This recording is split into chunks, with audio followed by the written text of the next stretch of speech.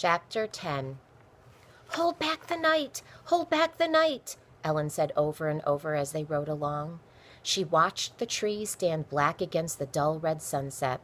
Slowly the sky faded into gray and then turned into night.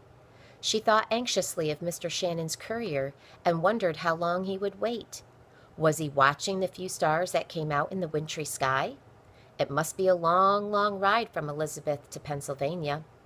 If the general was to have the message tomorrow, the first courier would have to start soon. Grandfather would have been there long ago had he come. It had grown very dark when Mr. Murdoch turned his head to her and spoke over his shoulder. "It's black as pitch. You'd better sleep in the loft with my boys tonight." "Oh, no," cried Ellen. "I couldn't do that." "How you going to get to Elizabeth?" Ellen took a long breath. "Walk," she said in a very low voice. Then she remembered the coins in her pocket. "Mr. Murdoch," she said, "I can pay you to ride me to Elizabeth." "Well," the farmer thought it over, but he said no more. "I have the money," Ellen urged him. "I'll give it all to you." Well, would he ever make up his mind? "You said it was only half a mile," she reminded him.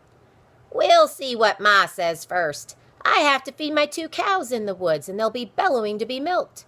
Then I have to round up my pigs and tie them up." "And then could we start?" asked Ellen. "Well, Ma will be mighty mad if we don't sit down to her supper. Ma gets mad easy, but I reckon I can take you when I get through." Perhaps, Ellen thought, she'd better hurry on by herself. After all the trouble she had had today, it would be terrible if she missed the courier. But when she heard the lonesome howl of an animal far away, she changed her mind. Surely the courier would not start this early. "It won't be so late," she kept assuring herself. She could smell the wood smoke from the chimney before she saw the shadowy house near the road. It, too, was tightly closed with no light showing from the windows. "Well, we're here," said Mr. Murdoch as he turned through the gate. He tied the horse to a ring in the wall. "Open up! I'm home again!" he shouted. The door was flung wide, and 2 young boys ran out. In the dim light, Ellen could see a big black pig tied by his hind leg to a stake just outside the door. "Oh, Pa!" the boys shouted as they gathered up the baskets. "We found this mean old pig in the woods and tied him up." "Good," said the farmer. "We'll turn him into pork tomorrow." A tall, lanky woman came to the door and held it open for them. Her eyes were angry, and her face, beneath a ruffled white cap, looked as if it were hacked out of gray stone. She bounced a crying baby on her hip and slapped at a toddler tugging at her drooping skirt. "You're back at last!" she snapped. And then, to Ellen's surprise, she burst into tears. "Thank the Lord for that!" she said as she roughly brushed her tears away with the back of her hand. Ellen followed Mr. Murdoch and the boys into the house. The woman did not seem to see her. She was scolding her husband as she hurried to the fireplace and picked up a big spoon. "In times like these, it ain't safe to ride to Amboy to sell leather. If you're dead, I got these 4 boys to raise." "The bootmaker paid me, and we need the money." Mr. Murdoch lifted his yellow beard and took some money from the bag that hung from a cord about his neck. "Nothing to be worried about." "Worried!" cried his wife in a high, shrill voice. "With all those redcoats around?" She banged her spoon as she stirred the pot of stew that hung over the fire. Her voice became low and firm. "Times were better before the war started. That's what I think." "Now, Ma, don't talk like that." Mr. Murdoch pushed Ellen forward, but his wife paid her no mind. As she stood waiting for the farmer's wife to notice her, Ellen looked around the log farmhouse. The whole house was just one big shadowy room lighted by a fire on the hearth at one side. Pots and ladles and kettles of iron hung on hooks near the fireplace. In one corner stood a huge spinning wheel, and in another corner a big unmade bed with a trundle bed beneath it, and a cradle beside it. When she saw that a ladder went up through a dark hole to the boys' beds in the loft, Ellen was glad she wasn't going to spend the night in that cold place. Mistress Murdoch was still upset as she put wooden bowls and earthen mugs on the table. I said times were better before the war started. Everything was peaceful, and we farmed our farm, and no soldiers bothered us. She banged the pitcher of milk on the table. I say King George was all right. He didn't bother us none. Why do we want to change things? Mr. Murdoch pushed Ellen toward the fire. He seemed to want to change the subject. I brought home a boy named Toliver who's mighty hungry. Ellen remembered to snatch off her cap and stuff it in her pocket before she nodded her head politely, as a boy would have done. The farmer's wife looked at her glumly. Then she looked into the pot of stew and gave it a quick stir. There's enough, she said, if he ain't too hungry. Pa, go out and hide your horse in the woods. Supper has waited long enough. With his wooden milk pail in his hand, Mr. Murdoch quickly pulled his cap over his bushy hair, hunched his shoulders, and stomped out the door. Boys, Mistress Murdoch ordered, go help your pa. She pulled a bench up to the fire. Sit, she said to Ellen. Ellen hadn't known how hungry she was until she smelled that pot of stew, meat and onions and turnips. What a wonderful supper for someone who hadn't eaten anything but oatcakes since early morning.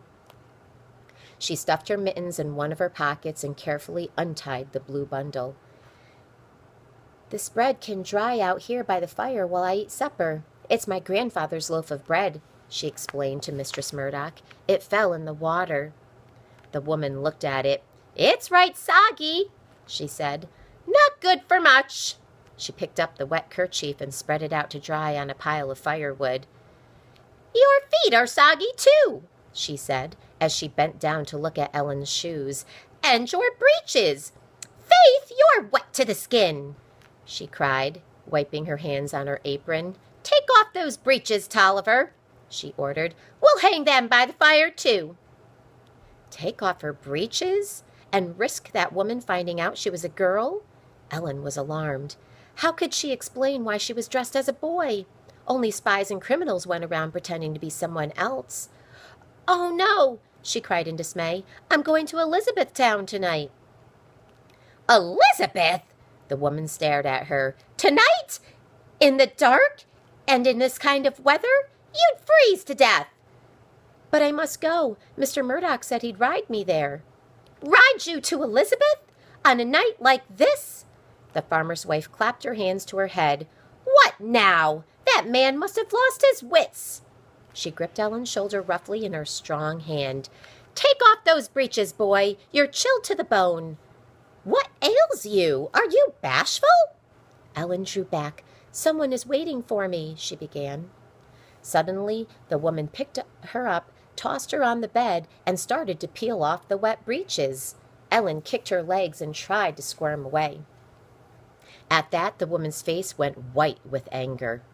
There will be no riding out where those soldiers are tonight, she said through her tight lips. If he gets shot, I've got 4 boys to raise, so you can take off those breeches and let them dry. He's not going to Elizabeth, and neither are you. In desperation, Ellen pushed the woman's hands away, and grabbing the top of her breeches and kicking her feet, she worked her way to the edge of the bed. Mistress Murdoch stepped back and looked at her. What's wrong with you, Toliver? She cried. Quickly, Ellen scrambled from the bed and ran for the door. She was glad to find it was not bolted. She flung it open and darted out into the night, pulling up her breeches as she ran. Thank goodness she had not yet taken off her jacket or shoes. She flew through the gate and across the road and hid among the trees. It was not until the door swung closed and all was dark around her that she remembered.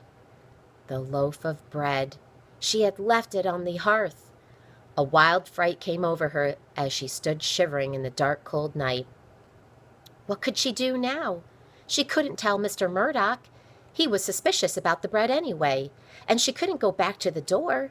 That stubborn woman might take away all her clothes and give her a cornmeal sack for a nightdress. She was shaking with cold and fear and anger. How could she have forgotten the bread that she had guarded so carefully all day? How could she have been so stupid? Then a square of light broke into the darkness, and there stood Mistress Murdoch in the open doorway. "Here, pig," the woman said as she flung Ellen's loaf to the pig. "Turn that soggy old bread into pork." The door slammed shut, and all was dark again. Ellen could hear the pig grunt and snuffle around. When he found the bread, he would gulp it quickly, and in his greediness, he would swallow the snuff box too. Ellen was afraid of pigs. She always walked clear of those lean, hungry public pigs who wandered about the New York streets and ate the garbage. She remembered the mean look of the pig who had chased her this morning. But now there wasn't a second to lose. She had to get the bread. She could feel her kneecaps shaking, and she couldn't make them stop as she raced across the road. If only there was more light from the pale stars overhead. She put out her hands to grope for the pig's prickly back, and when she felt it, she ran her fingers down to his lowered head. But the thought of his sharp teeth made her snatch them away. The smell of him, the awful smell of him, made her gag. Again she reached out her hands. He rumbled in his throat and gave her a shove with his hips. She ran her hands along his back again, and he snorted angrily. Now her eyes had grown used to the dark, and she could tell that the bread was already in his mouth. She must grab for it. There was nothing else to do. Quickly she snatched her cap from her pocket and swished it across his eyes, back and forth across his eyes. The big pig tossed his head and snorted in rage. It was a terrifying sound. But when Ellen saw the bread fall from his mouth, she scooped it up quickly and darted out of his way. She was glad he was tied to the stake and couldn't charge her. As she raced through the gate and down the road, her feet barely touched the ground. She heard the door open and Mistress Murdoch call out, "You all right, Pa? You got the boys there with you?" But Ellen didn't turn to look. Mistress Murdoch couldn't see her running down the road, for she was out of sight with the loaf of bread in her trembling arms. She knew Grandfather's snuff box was safe inside. She could feel with her fingers that there was only one bite gone, and not a very big bite at that. Since she had no kerchief to wrap around it, she tucked it up under her jacket where it sat like a lump of ice on her stomach.